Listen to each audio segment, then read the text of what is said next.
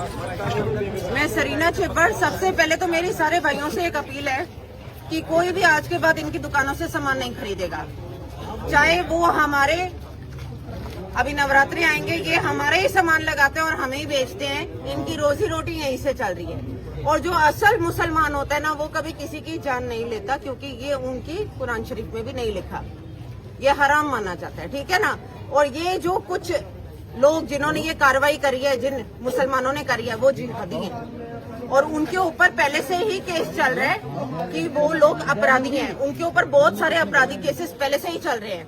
मेरी एक अपील है सरकार से कि प्लीज इनके यहाँ पे छापा मारा जाए, इनकी छानबीन की जाए, क्योंकि इन्होंने अवैध सामान भी अपने अंदर रखा हुआ है दुकानों के अंदर। इनके घरों के अंदर भी अवैध सामान है और हमें नहीं पता कि ये कितना बड़ा प्लान कर रहे हैं देश के लिए, आगे कुछ करने के लिए। तो मैं ये रिक्वेस्ट करना चाहूंगी, अपील करना चाहूंगी अपने सारे भाई बहनों के माध्यम से कि इनकी यहाँ पे छानबीन होनी चाहिए, छापा डलना चाहिए और इनकी दुकानों में से सामान देखा जाए कि कौन कौन से केमिकल पड़े हैं और क्या पड़ा है जो कि हमारे देश के लिए आगे हानिकारक हो सकता है। तो आप सबसे हाथ जोड़ के विनती है कि साथ दीजिए और प्रशासन से मेरी हाथ जोड़ के विनती है कि हमारा साथ दीजिए और इस पे कार्रवाई सख्त से सख्त की जाए।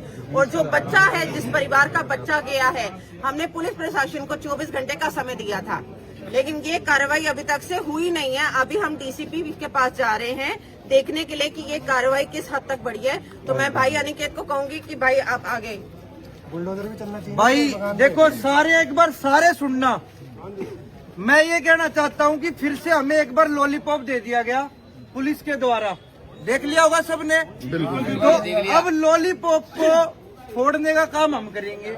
हम किस तरीके से करेंगे? हम इनकी तरह सामाजिक तत्व तो है नहीं कि तोड़ फोड़ करेंगे या किसी के साथ मार पिटाई करेंगे।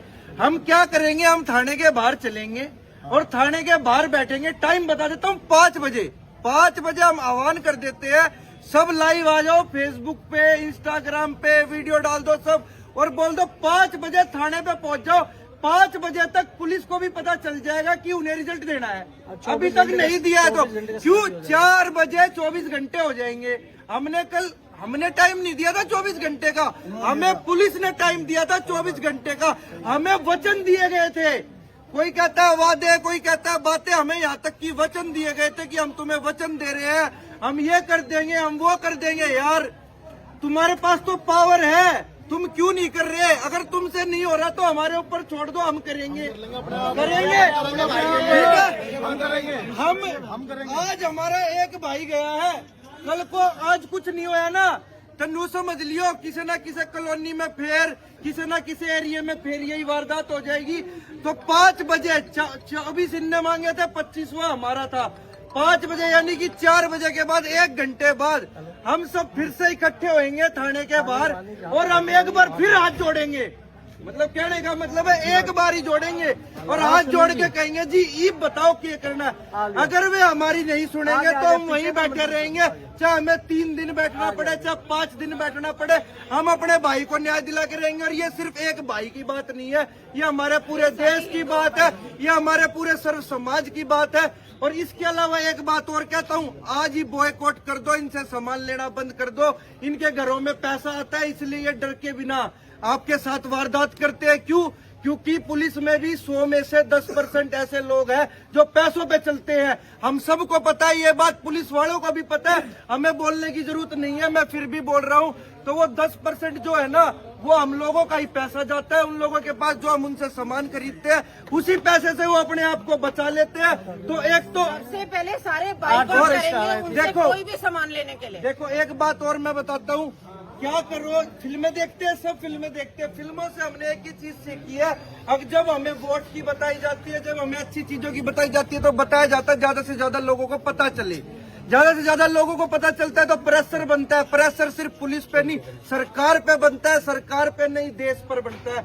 और वो प्रेशर हम लोग ही तो बना सकते हैं। और हमें कैसे बनाना? बहुत प्यार से। हम असामाजिक तत्व नहीं है, हमें ना तोड़ फोड़ करनी, ना गाली गलौज करनी, ना हमें किसी को उल्टा बोलना। हमें पुलिस के साथ भी कोऑपरेट करना है, सरकार के साथ भी कोऑपरेट करना है, लेकिन तभी तक करना है जब तक वो हमारे साथ है।